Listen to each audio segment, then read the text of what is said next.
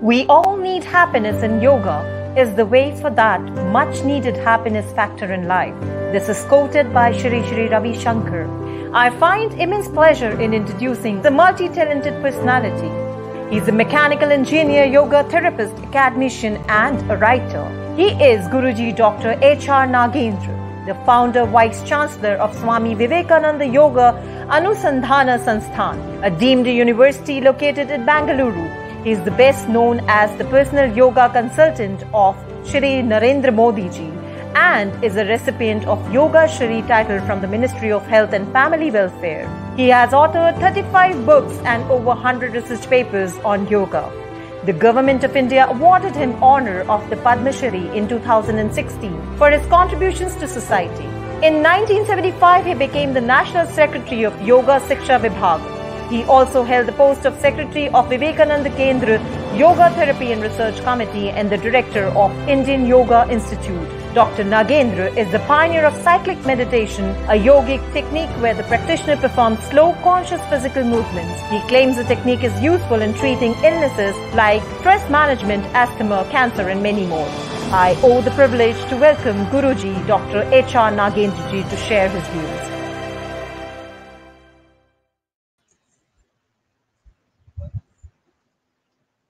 My dear brothers and sisters, thank you all.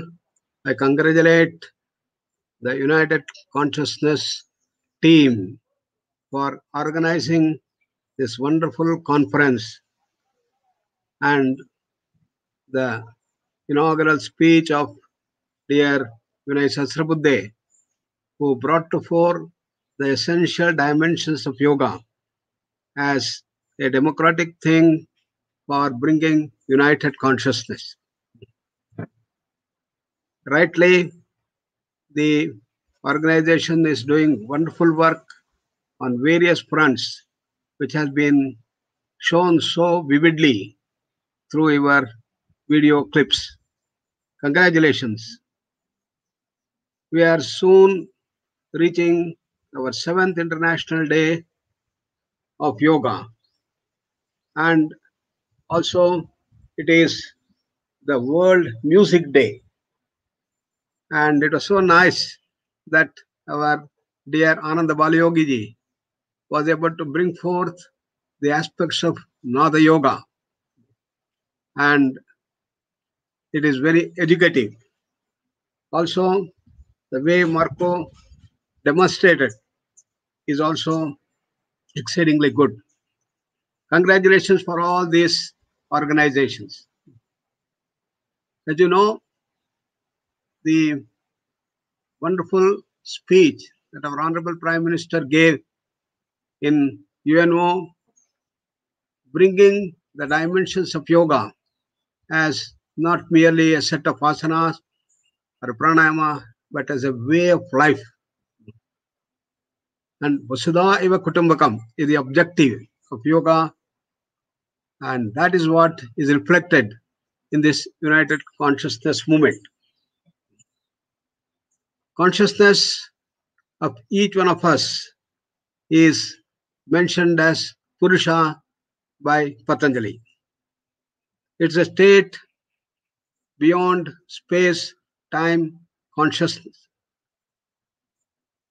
causation. Klesha karma vipakashayaihi aparamrushtaha purusha visheshaha ishvaraha, it says. He called it as Ishvara. No, Purusha Vishesha. It is a state of infinite bliss, infinite knowledge, infinite power, infinite freedom. And the world in which we live is the Prakriti. And the modern science has fathomed the grossest aspect of this Prakriti, that is the physical world. The modern science over the 400 years has unraveled the mysteries to understand what this physical world is made of. We all now know today that every object is made of molecules, molecules made of atoms, atoms made of protons, neutrons, electrons, fundamental particles. Ultimately, it is energy, works. At one time, we thought matter and energy are two distinct entities which have no relation. Patanjali also in his yoga has said that Prakriti and Purusha are two distinct things and they have got mixed up. The goal is to go back to the Purusha, that is Pratiprasava. Prasava has taken place and the Pratiprasava should do. Similarly, modern science has understood that matter and energy are not two distinct things, they are one. Matter energy conversion is possible. From matter you can get energy, from energy you can get matter. We also understood the laws that govern this physical universe.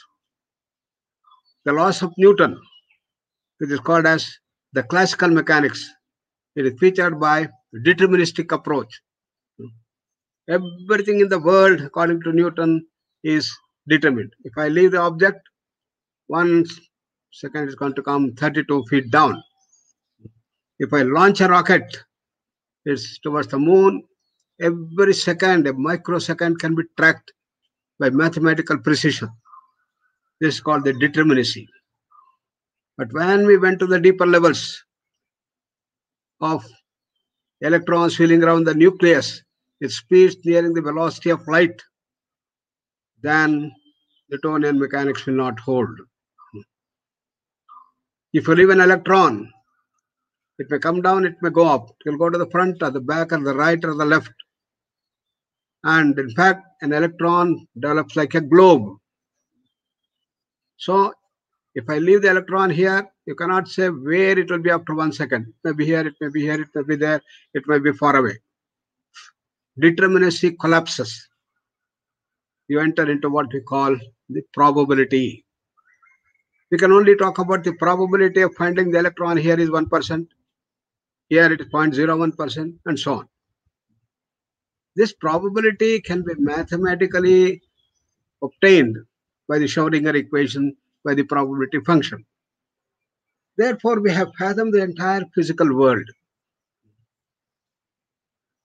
And we thought for quite some time, for years, from 1970s and 80s, that this is all.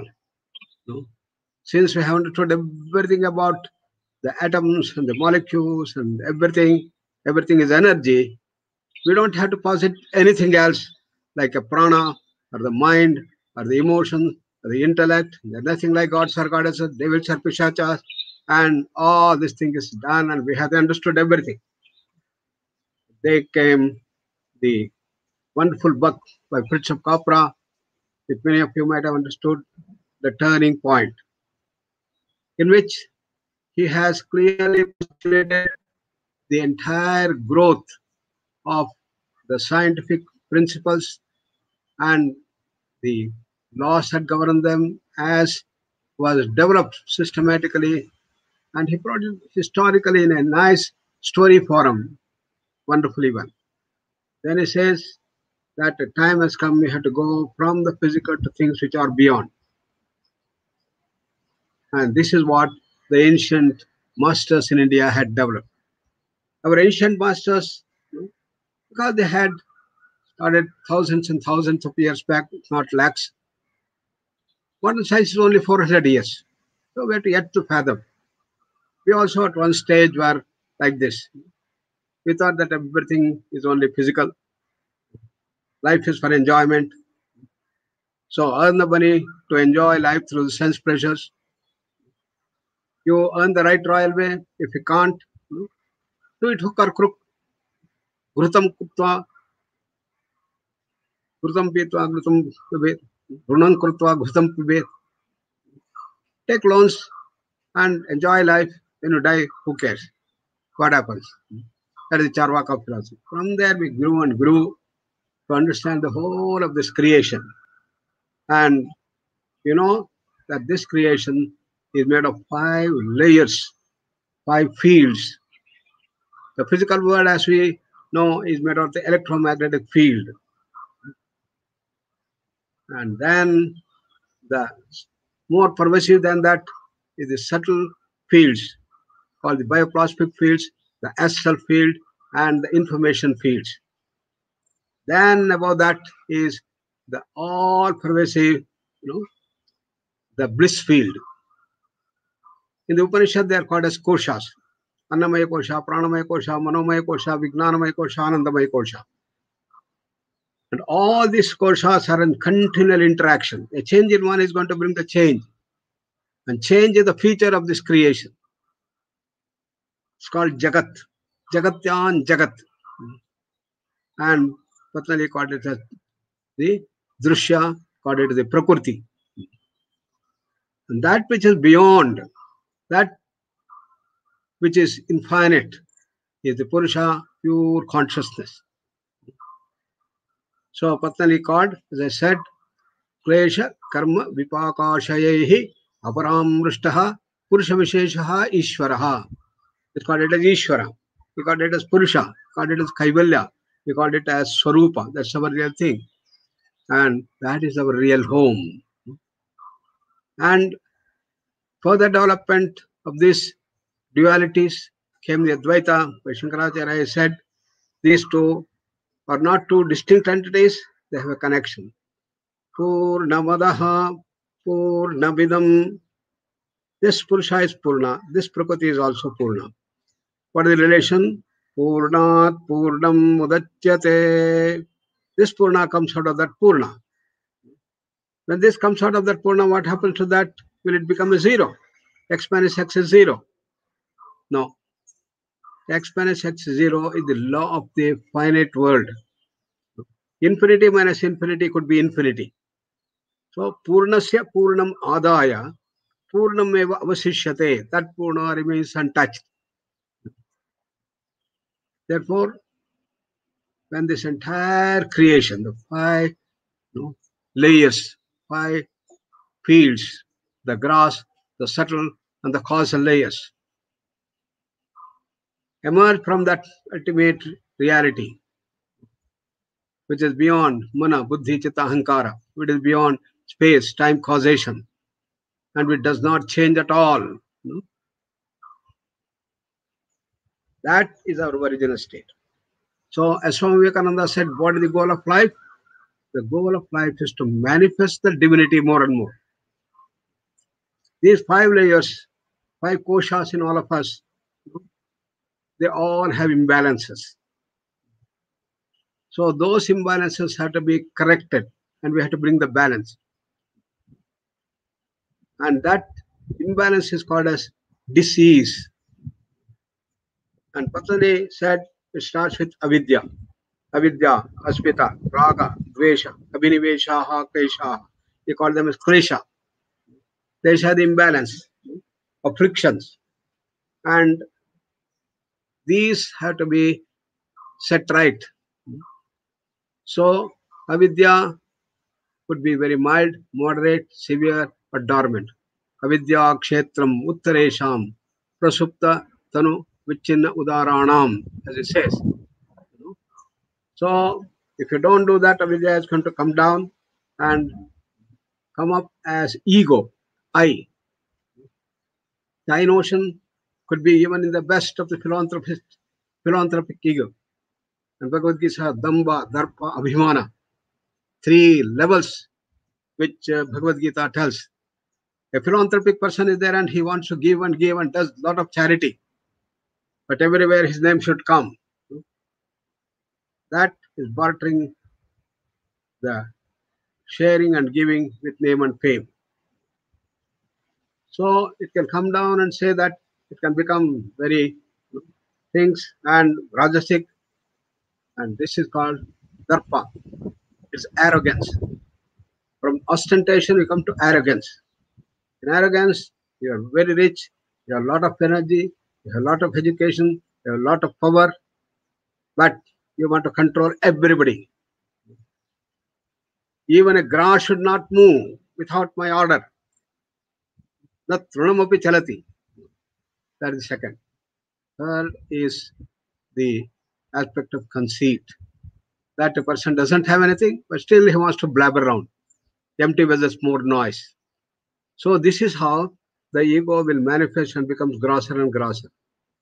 Then comes the emotions, attractions, repulsion, then anger, greed, jealousy, hatred, infatuation, arrogance, all these things start coming up and bringing fear more and more within us. And these are all violent imbalances that take shape. That at the mind level. Then it comes to the physical body, abhinivesha, and then clinging to life and being afraid of everything, and we want to sustain life. This is the Patanjali's concept of what you call creation or prasava. The whole goal is to go back. It's called pratiprasava. So the pratiprasava can take up by removing all this, avidya, asmita, raga, dvesha, abhinivesha, all these things which are brought forth, which are gross, subtle, and the causal, they all have to be purified. So this all can be done by gaining control over the mind. According to Patanjali, the entire creation is nothing but chitta vrittis. That is the modifications of the mind. The modifications of the mind consists of the 5 dimensions: pramana, viparya, vikalpa, nidra, smriteha. That is the right knowledge, the wrong knowledge, and the blabbery. They all are there in our wakeful world and the dream world. But when you go to deep sleep, don't think that the mind has become zero. No. Mind has gone into the unconscious form. This is called abhava pratyaya. Abhava pratyalammana vrittihi nidra, he said. That is the unconscious unmanifestation of mind. Then the whole store of our memory, they are called the samskaras. They are called the various dimensions of the sanchita karma, then agami karma, the prarabdha karma. They are called as karma avashesha. They are the imprints. They are the manifestations of our entire dimension in the memory store. That's what, even that is considered to be the chitta vrittis. All these chitta vrittis have to be cleansed. Then only you go to the kaivalya. Then only you go back home. So that is the whole dimension that's talked about. So we work at all these levels. Work at the body level, prana level, mind level, emotional level, intellectual, and the spiritual basis.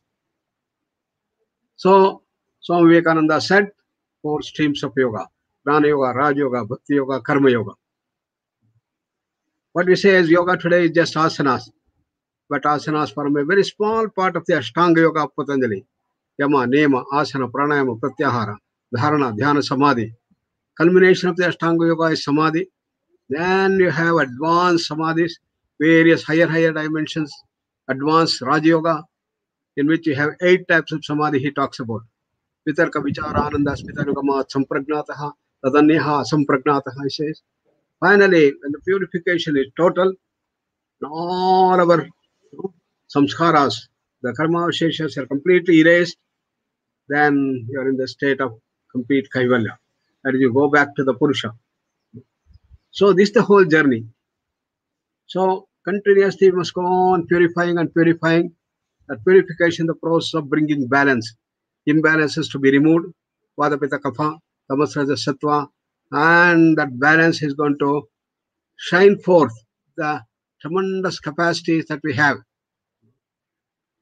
And this is how we have to live the life. That's manifestation of the wonderful divinity that we all have.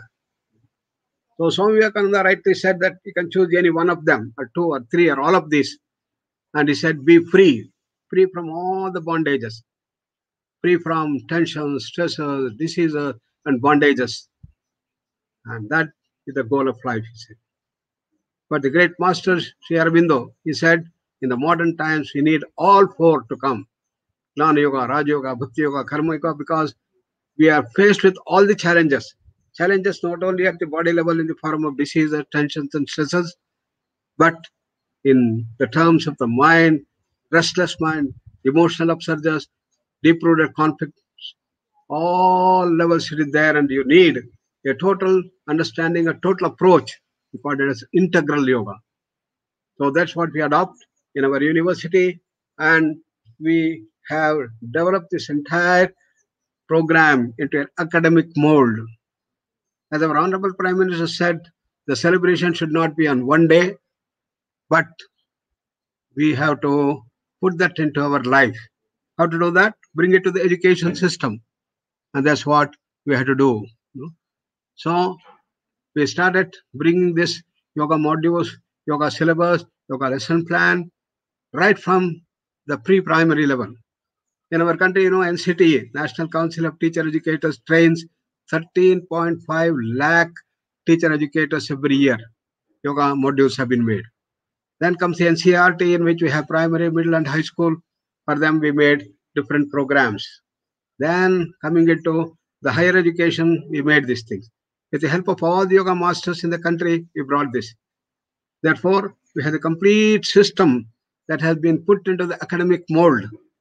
That's how the entire set of children right from beginning will start learning the holistic vision, the united consciousness of the entire world. And we should all become one world family. So International Day of Yoga, the 7th one, is a great opportunity for all of us to remember this, practice that, and bring that cohesive vision. So rightly, your wonderful team has been able to bring forth the series of conferences, and I wish you all the best. What we had to do is that we had to spread. Ministry of Ayush last time got a target of 20 crores of people in India to practice the yoga protocol, common yoga protocol called CYP. This year, I was asking them how many people were you able to achieve. As per the self-reported thing, we were able to achieve 13 crores of people to practice the CYP. This year, we should cross even 20 crores. It becomes easier with the technology we have, like what we are doing. Sitting at home, we can do the practice. So 21st morning, 6:40, we will have the wonderful speech by our Honorable Prime Minister. Then 7 to 7:40, the common yoga protocol practiced, governed by the Director of MDNIY, Dr. Baswareddy ji. And then we have the Udbodhan from various yoga masters, and we will have a wonderful program. And after that, we can have any other program that we want. And our goal is that we should have more than 20 crores of people to do that in India. From all over the world, people also should participate in every country. And Vikrant, you have been doing a fantastic work. I'm so happy that through this united consciousness, you bring this entire consciousness, which is essentially the feature of our Indian yoga lore, to everyone. We should build a big family, Vasudha Iva Kutumbakam, bringing synergy of all the yoga institutions throughout the world on various fronts. We can all work on various fronts. Maybe asana, pranayama, mudra, bandha, kriyas, meditation, and Jnana Yoga, Raja Yoga, Bhakti Yoga, Karma Yoga, anything, everything. And we can specialize, continuously go on specializing in various fronts. And this year, the theme is Yoga for Wellness. And as you know, wellness, health is not merely absence of an infirmary or a disease. As WHO says, it's a state of well-being at the physical level, mental level, emotional level, social level, and at the spiritual level. This all can be brought through yoga. And you have been having that wonderful goal. And thank you very much. I congratulate you, Vikrant Singh Tomarji, doctor, and I wish you all the best and good luck. Thank you very much. Thank you. Thank you very much, sir. And the speech that you made is so deep that probably even I would like to listen it twice again. And I'm sure people from different parts of the world, whosoever heard this speech, they will know that if this whole 2 days event, 19th and 20th of June, has to be summarized, probably your speech has summarized whole Patanjali Yoga Sutra, from matter to consciousness, from all 5 layers of our existence, from 3 bodies, from different realities, everything you incorporated in a comprehensive integral yoga also. So we are so much indebted, sir. Thank you very much for your time. And we very humbly will keep on requesting you for guidance in future also, sir. Thank you very much, sir. Most welcome. I'm with you anytime. Please be with me. Thank you very much. Thank you. Thank you.